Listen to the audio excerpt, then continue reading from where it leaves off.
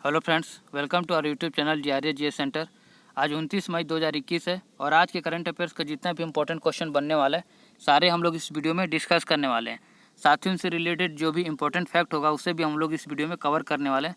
तो आज का वीडियो करंट अफेयर्स और साथ ही स्टैटिक जीके के पॉइंट ऑफ व्यू से बहुत ज़्यादा इंपॉर्टेंट होने वाला है। तो आप वीडियो को बिना स्किप किए हुए एंड तक जरूर देखें। चलिए पहला क्वेश्चन देखते हैं। वर्ष 2021-22 के लिए आरबीआई ने भारत की अर्थव्यवस्था में कितने प्रतिशत वृद्धि का अनुमान लगाया है। ये इकोनॉमिक्स का करंट अफेयर्स का क्वेश्चन है, तो बहुत इंपॉर्टेंट हो जाता है। इसका सही आंसर क्या है? 10.5।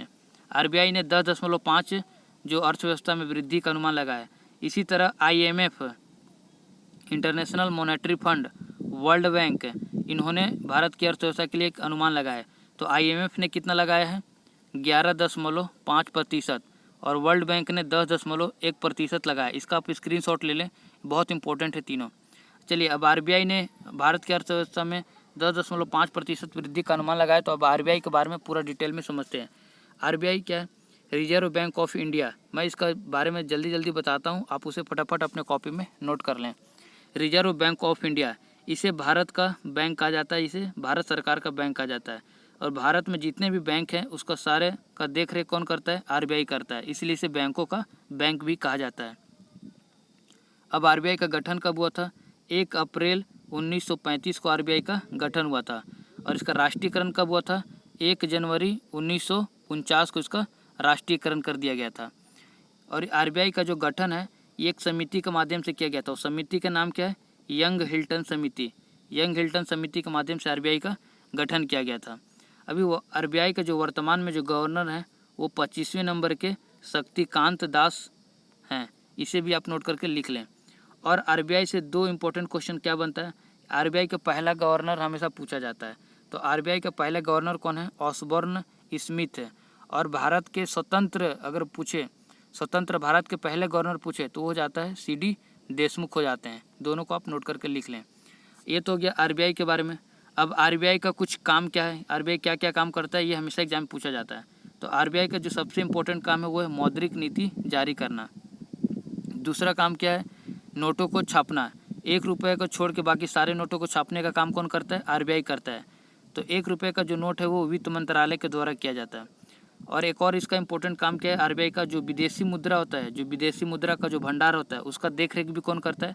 आरबीआई करता है। जैसे विदेशी मुद्रा में डॉलर हो गया, पाउंड हो गया, नेपाली रुपया हो गया, टका हो गया, ये सारा यूरो हो गया, सारा का देख रेख जो विदेशी मुद्रा है उसका देख रेख भी कौन करता है? आरबीआई करता है।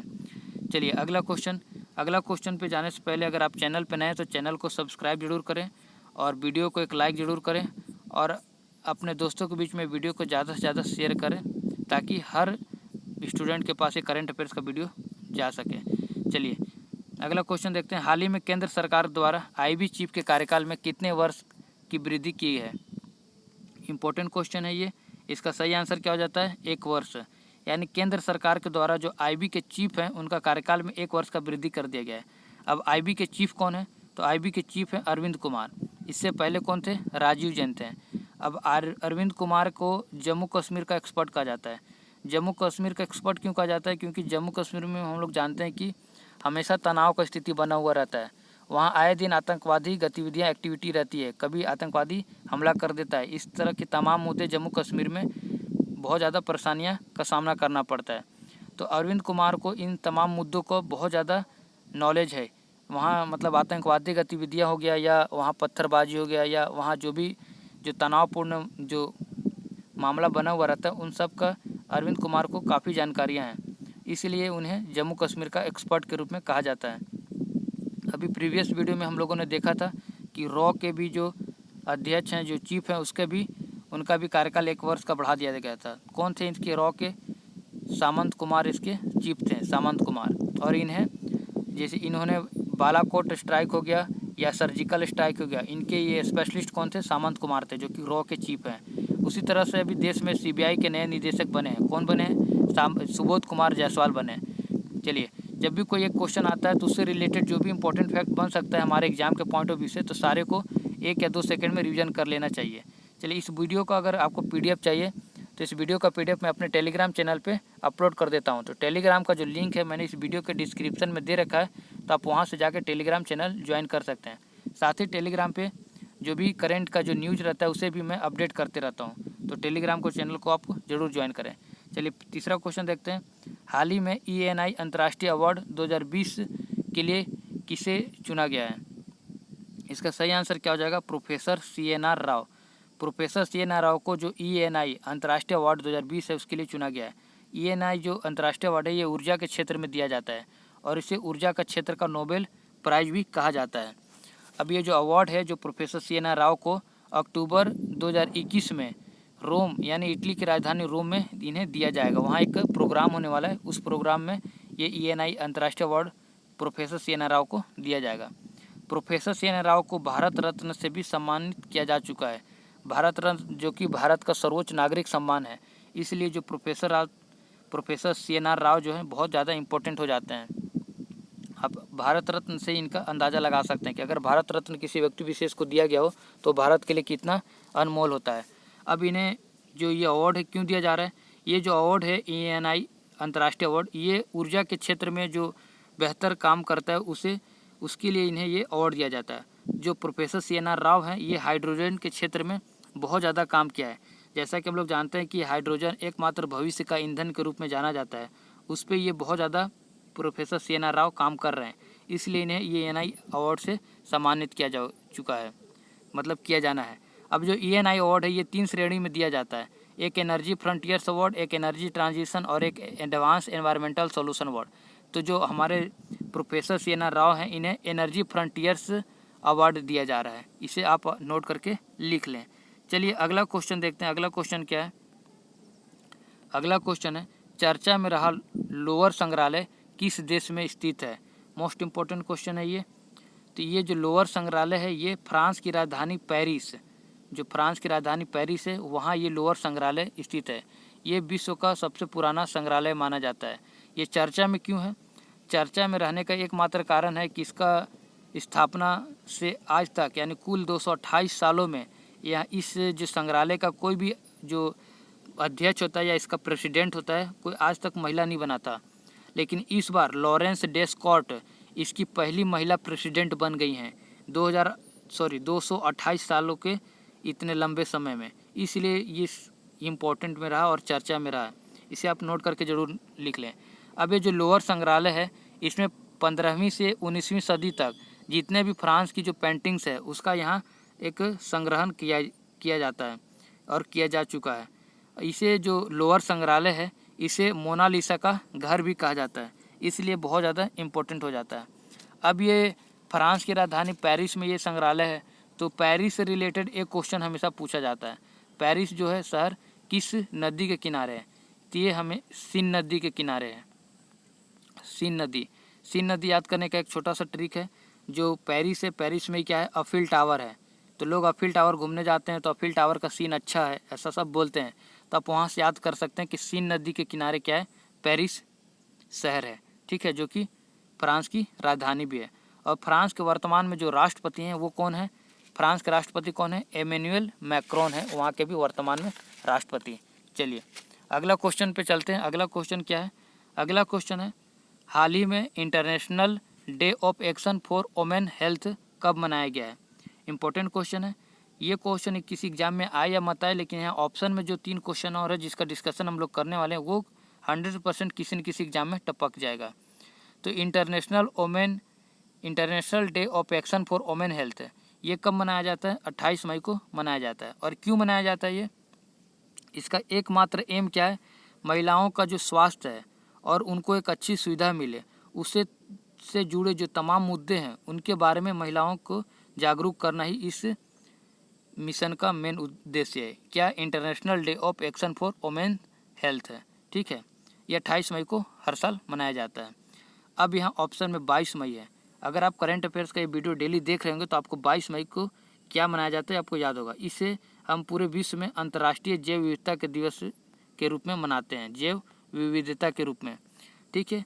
12 मई को क्या है? इसे हम पूरे विश्व में अंतर्राष्ट्रीय नर्स डे के रूप में मनाते हैं, नर्स डे के रूप में मनाते हैं। और 25 मई को क्या हो जाता है? 25 मई को पूरे विश्व में विश्व थायराइड दिवस के रूप में मनाया जाता है, विश्व थायराइड दिवस के रूप में मनाया जाता है। ये तीनों बहुत ज़्यादा इंपॉर्टेंट है। दिवस और उससे रिलेटेड थीम से एक क्वेश्चन हमेशा एग्जाम में पूछा जाता है। चलिए अगला क्वेश्चन देखते हैं। चर्चा में रहा उज्जैनी बांध का संबंध किस राज्य से है? तो इसका सही आंसर क्या हो जाता है? महाराष्ट्र। यहाँ उज्जैनी बांध है। ऐसे ही एक नाम है उज्जैन, जो कि वो कहाँ है? मध्य प्रदेश में है। और ये कहाँ है? उज्जैनी बांध कहाँ है? ये महाराष्ट्र में। तो आपको कन्फ्यूजन नहीं होना है, इसलिए मैंने ऑप्शन बी में मध्य प्रदेश लिखा है। और उज्जैन के बारे में भी थोड़ा सा बता दूंगा। उज्जैन में क्या है? उज्जैन जो कि भारत में कुल 12 ज्योतिर्लिंग है, जिसमें से एक ज्योतिर्लिंग कहाँ है? ये उज्जैन में है। ठीक है, इसे कालिदास की नगरी भी कहा जाता है, मध्य प्रदेश का जो उज्जैन शहर है। चलिए ये तो हो गया मध्य प्रदेश का, लेकिन इसका सही आंसर क्या है? महाराष्ट्र। अब उज्जैनी बांध के बारे में ये चर्चा में क्यों रहा है? तो उज्जैनी बांध का जो पानी है ये इंदापुर में, वहाँ की जो सरकार है, उद्धव ठाकरे की सरकार, उसे पानी को डाइवर्ट इंदापुर में करने का प्लानिंग कर रहे थे, इंदापुर। लेकिन वहाँ का किसानों को जोरदार विरोध के कारण ये जो फैसला है इसे रद्द करना पड़ा। ठीक है, तो ये किसानों का क्या हुआ? बहुत ज़्यादा विरोध हुआ। अब ये उज्जैनी बांध किस नदी पे ये इम्पोर्टेंट हो जाता है? तो ये कृष्णा नदी की सहायक नदी है, एक भीमा नदी, उसी पर ये उज्जैनी बांध है। तो क्वेश्चन कृष्णा नदी से भी पूछ सकता है, भीमा नदी पे, मतलब अगर पूछ दिया कि कृष्णा नदी पे कौन सा बांध है, तो उज्जैनी बांध यहाँ भी हो सकता है और भीमा नदी पे। तो आपको दोनों याद होना चाहिए। और इसी जो भीमा नदी पे जो प्रोजेक्ट चल रहा है उसे भीमा सिंचाई प्रोजेक्ट या भीमा बांध प्रोजेक्ट कहा जाता है। तो आप दोनों को नोट करके लिख लें, बहुत इंपॉर्टेंट हो जाता है।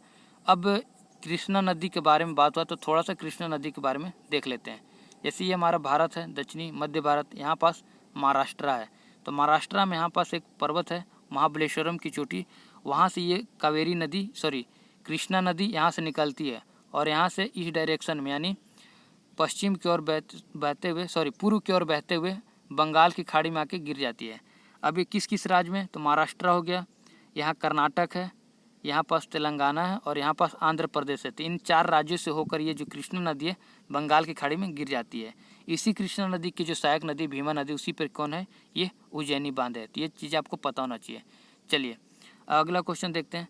अगला क्वेश्चन पे जाने से पहले महाराष्ट्र से एक क्वेश्चन हमेशा पूछा जाता है।